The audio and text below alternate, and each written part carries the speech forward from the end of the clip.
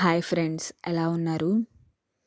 ఈరోజు మనం Germany family reunion వీసాకి అంటే స్పౌస్కి ఏమేమి కావాలో చెక్ లిస్ట్ అంటే ఏమేమి డాక్యుమెంట్స్ మీరు అరేంజ్ చేసి పెట్టుకోవాలో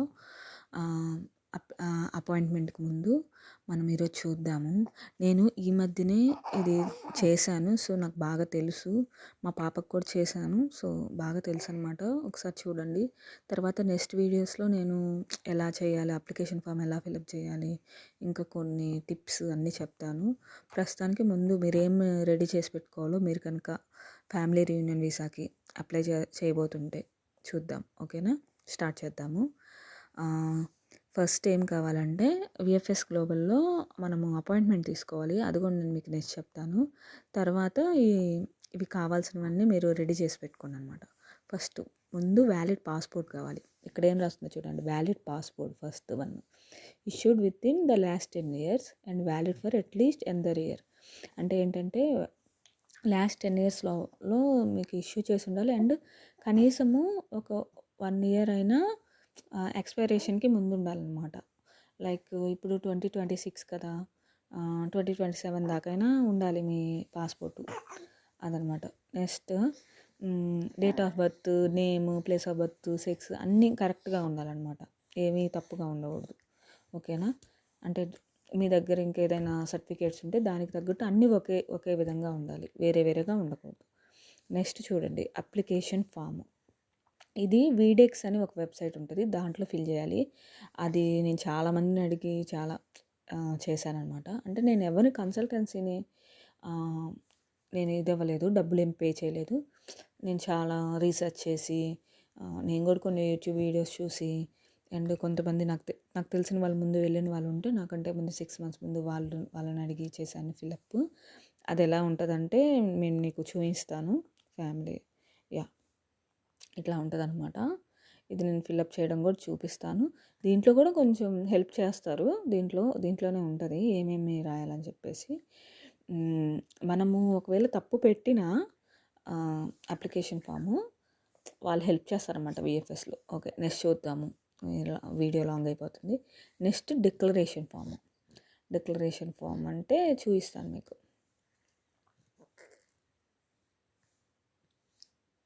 ఇది డిక్లరేషన్ ఫాము. ఇదేంటంటే నేను ఇచ్చిన ఇన్ఫర్మేషన్ అంతా కరెక్టే అని చెప్పేసి మన సిగ్నేచర్ ఇస్తాను అనమాట, అంతే డిక్లరేషన్ ఫామ్ అంటే. ఇంకా నెక్స్ట్ ఏంటిది, కాంటాక్ట్ ఇన్ఫర్మేషన్ ఫాము. అంటే మనల్ని ఎలా కాంటాక్ట్ అవ్వాలి, మనం ఇప్పుడు ఏమన్నా అంటారు నా అడ్రస్ ఎక్కడ, అదంతా అనేది ఊరికి వాళ్ళు అడుగుతారనమాట. ఇది కాంటాక్ట్ ఇన్ఫర్మేషన్ ఫాము. దీంట్లో కొన్ని ఫిల్ చేయాలి, నేను మీకు ఫిల్ చేసేటప్పుడు చూపిస్తాను, చూపిస్తున్నాను అనమాట. ఓకేనా. మా పాప అరుస్తుంది, ఏమనుకోగాకండి. Next personal covering letter explaining the exact purpose and duration of stay.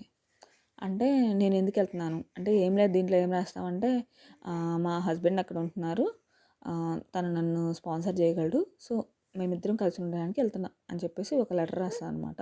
నేను అది కూడా మీకు పెడతాను, నెక్స్ట్ చూపిస్తాను. Next additional questionnaire. ఇదేంటంటే ఓన్లీ స్పౌసెస్కి ఉంటుంది, పిల్లలకు ఉండదు.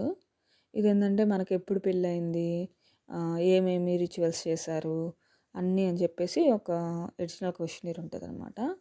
ఇది కూడా ఫిల్ చేసి తీసుకెళ్ళాలి. ఓకే. నెక్స్ట్ ఏంటిది, నేను లిటరల్గా 23 డాక్యుమెంట్స్ తీసాను అనుకోండి. అసలు అపాయింట్మెంట్ ముందు ఎంత టెన్షన్ పడ్డాను, అంత కరెక్ట్గా ఉందా లేదా, అక్కడ ఏమైనా వెనక్కి పంపిస్తారేమోనని. కానీ చాలా వాళ్ళు హెల్ప్ఫుల్గా ఉంటారు. అక్కడ ఏమన్నా ఒకవేళ మిస్ అయినా మనము బయట చాలా జిరాక్స్ షాప్స్ అలాగ ఉంటాయి, ఫోటో కాపీ షాప్స్, మీరు తీసుకోవచ్చు, అంత హెల్ప్ చేస్తారు. ఓకేనా. Next copy of first and last page and all pages containing entry stamps. ఇదేంటంటే పాస్పోర్ట్స్లో మనకి ఎక్కడైనా స్టాంప్స్ ఉంటాయి కదా, అదంతా మనము ఫోటో కాపీ తీయించాలన్నమాట. Next copy of first and last pages all pages same spouse passport. అంటే మీ హస్బెండ్ పాస్పోర్ట్ ఆర్ మీ వైఫ్ పాస్పోర్ట్స్ ఏమేమి స్టాంప్స్ వేస్తున్నాయో ఆ పేజెస్ కూడా ఫోటో కాపీ తీయించాలి. తర్వాత సర్టిఫికేట్ ఆఫ్ రెసిడెన్స్. దీన్ని జర్మనీలో మెల్బెషీనింగ్ అంటారు. అంటే ఏంటంటే అక్కడ జర్మనీలో సిటీ రిజిస్ట్రేషన్ అని ఒకటి ఉంటుంది, అది చేసుంటారు. అక్కడ మనము రాతోస్ అంటారు. ఆ రాతోస్ కనుక వెళ్తే వాళ్ళు ఇది ఇస్తారనమాట మెల్బేషనింగ్. వాళ్ళు మీరు కనుక 6 మంత్స్ లోపల మీ స్పౌస్ కనుక తీసుకొని ఉండుంటే సిటీ రిజిస్ట్రేషను అది తీసుకోండి. లేకపోతే వాళ్ళ దగ్గరికెళ్ళి మెల్బేషనింగ్ కావాలంటే ఇస్తారనమాట. Next copy of spouse's resident permit. ఒక కార్డ్ ఇస్తారు రెసిడెంట్ పర్మిట్ కార్డ్ అని, అదనమాట. దాన్ని ఫోటో కాపీ తీయించాలి. నెక్స్ట్ ప్రూఫ్ ఆఫ్ మ్యారేజ్ అంటే నథింగ్ బట్ మ్యారేజ్ సర్టిఫికేట్ అనమాట. ఏమేమి ఉన్నాయని చెప్పి ఇచ్చారు చూడండి. హిందూ మ్యారేజ్ యాక్ట్ ప్రకారం చేస్తుంటే మ్యారేజ్ సర్టిఫికేట్ కావాలి. నెక్స్ట్ ప్రీస్ట్ సర్టిఫికేట్ కావాలి. ప్రీస్ట్ సర్టిఫికేట్ అంటే ఏం లేదు, మీరు ఒక పంతుల దగ్గరికి వెళ్ళేసి ఇట్లా పెళ్ళయిందని చెప్పేసి మీ ఒక సర్టిఫికేట్ తీసుకోవడం అనమాట, అంతే. ఒక ప్రిపేర్ చేసేసి నెక్స్ట్ కన్వర్షన్ సర్టిఫికేట్ ఇవేం నేను పెట్టలేదు, only marriage certificate pre certificate పెట్టాను అనమాట. And photos, several photographs showing rituals, ఏంటంటే మనకేంటి జీలకర్ర బెల్లము అవన్నీ ఉంటాయి కదా, అవి పెట్టాను నేను. కానీ అవేం వాళ్ళు తీసుకోలేదు, ఫొటోస్ అయితే తీసుకోలేదు. కానీ మ్యారేజ్ సర్టిఫికేట్ ప్రీ సర్టిఫికేట్ తీసుకున్నారు, ఫొటోస్ చూడలేదు. నెక్స్ట్ ముస్లిం లా ప్రకారం, అదే షరియా లా ప్రకారం జరిగితే మ్యారేజ్ రిజిస్ట్రేషన్ అంటే నికానామా, ఇవి చూసుకొని పెట్టుకోండి. ఇది నాకు క్లియర్గా తెలీదు, నేను హిందూ మ్యారేజ్ యాక్ట్ ప్రకారము నేను పెట్టాను అనమాట. తర్వాత కోర్ట్ మ్యారేజ్ ప్రకారం అయితే అది కూడా certificate of marriage and the marriage certificate and photographs. Next Christian law కూడా అంతే, చూసుకోండి. నెక్స్ట్ బర్త్ సర్టిఫికేట్, ఇది చాలా చాలా ఇంపార్టెంట్. నాకు బర్త్ సర్టిఫికేట్ లేదనమాట. నేను ఈ బర్త్ సర్టిఫికేట్ కోసమే నేను 3 months ముందు అపాయింట్మెంట్ తీసుకున్నా. ఐ థింక్ నాకు బర్త్ సర్టిఫికేట్ ముందు రోజు వచ్చింది అదనమాట. సో బర్త్ సర్టిఫికేట్ అనేది చాలా ఇంపార్టెంట్. నేను విఎఫ్ఎస్ చెన్నై వాళ్ళకి కూడా, కాన్సులేట్ చెన్నై వాళ్ళకి కూడా మెయిల్ చేశాను. వాళ్ళు ఏం చెప్పారంటే బర్త్ సర్టిఫికేట్ చాలా ఇంపార్టెంట్, కానీ ఇప్పుడు ఒకవేళ మీ దగ్గర లేకపోతే ముందు ఉన్నవన్నీ చేయండి, తర్వాత మాత్రం ఖచ్చితంగా ఇవ్వాలి అని చెప్పారు. తర్వాత స్కూల్ సర్టిఫికేట్, ఇదేం లేదు, మన 10th క్లాస్ ఎస్ఎస్సి సర్టిఫికేట్ ఉంటుంది కదా, అదనమాట. దాంట్లో ఖచ్చితంగా డేట్ ఆఫ్ బర్త్ ఉండాలి, అది. నెక్స్ట్ ఆధార్ కార్డ్ కానీ రేషన్ కార్డ్ కానీ anything proof of resident in India అంటే నేను ఆధార్ కార్డ్ పెట్టేశాను. తర్వాత ఇది డివోర్స్ జడ్జిమెంట్, ఇది నాకు తెలీదు, నేనేం పెట్టలేదన్నమాట. ఇది నాకు అప్లికబుల్ కాదు. Certificate of death of pharmacy, ఇది కూడా చాలా మందికి అప్లికబుల్ కాదు. అకాడమిక్ డిగ్రీ సర్టిఫికేట్ అంటే ఏంటంటే మీరు కనుక లైక్ బీఎస్సీ కానీ బీఏ కానీ ఎనీథింగ్ చేస్తుంటే, మాస్టర్స్ కానీ ఏదైనా, అది డిగ్రీ సర్టిఫికేట్ పెట్టాలి. నేను పెట్టాను, అది కూడా తీసుకుంటారు. Next proof of German level knowledge అని ఇచ్చారు. ఇది బేసిస్ అనమాట. నేనేంటంటే ఒక సార్ దగ్గర ఆన్లైన్ కోర్స్ చేసి ఆయన నాకు ఇచ్చారు A1 లెవెల్ సర్టిఫికేట్. కానీ అదేం తీసుకోలేదు నాకు, ఎందుకంటే ఇక్కడ కొన్ని ఎక్సెప్షన్స్ అని చెప్పిస్తారనమాట. దాదాపు తీసుకోరు, ఎక్సెప్షన్స్ అని ఇస్తారు. అది నాకు అంత వాళ్ళు తీసుకోలేదు. కానీ మీరు నేను చేసినట్టయితే చేయండి, ఏదైనా ఆన్లైన్ కోర్స్లా తీసుకొని A1 లెవెల్ సర్టిఫికేట్ తీసుకోండి. నెక్స్ట్ 2 పాస్పోర్ట్ పిక్చర్స్, ఇవేంటంటే ఒకసారి చూడండి, జర్మన్ వీసాకి తగ్గట్టు తీసుకోవాలన్నమాట 2 పాస్పోర్ట్ పిక్చర్స్. బయోమెట్రిక్ స్పెసిఫికేషన్స్ అని రాశారు కదా, అలా తీసుకోవాలన్నమాట. మీరు ఆన్లైన్లో జర్మన్ బయోమెట్రిక్ అని చెప్తే స్పెసిఫికేషన్స్ ప్రకారం పాస్పోర్ట్ పిక్చర్స్ అంటే దాని ప్రకారం తీసుకోవాలి. ఇక్కడ లాస్ట్ పాయింట్ చూడండి, ఫర్ ముంబై కోల్కతా చెన్నై అని ఇచ్చారు. నాది చెన్నై కాన్సులేట్ కిందకి వస్తుంది కాబట్టి ఇది తీసుకున్నాను. కానీ దాదాపు అందరికి అవసరం అవుద్ది, ఖచ్చితంగా ఇది కూడా పెట్టుకోండి.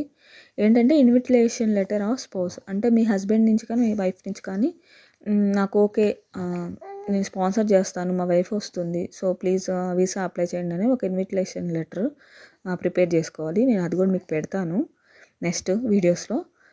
నెక్స్ట్ స్పౌసెస్ ఎంప్లాయ్మెంట్ కాంట్రాక్ట్, ఇవన్నీ ఇంపార్టెంటే. మీ హస్బెండ్కి కాంట్రాక్ట్ ఇచ్చి ఉంటారు కదా మీ స్పౌస్కి, సో అదొకటి. Next spouses salary slips past 3 monthsవి కావాలి, 3 monthsవి తీసుకోండి. అండ్ లీజ్ డీడ్ అంటే ఏంటంటే లైక్ మీకు మీ హస్బెండ్ కానీ మీ స్పౌస్ వైఫ్ కానీ ఇల్లు తీసుకొని ఉంటారు కదా అక్కడ, సో అది కాంట్రాక్ట్, అది ఇవ్వాలన్నమాట. నెక్స్ట్ ఫోటో ఆల్బమ్ అన్నారు. నేను ఆల్రెడీ ఫొటోస్ 4-5 ఫొటోస్ ఇది ముంబై ఓన్లీ అని ఇచ్చారు, సో నేనేం ఫోటో ఆల్బమ్ తీసుకెళ్ళలేదు.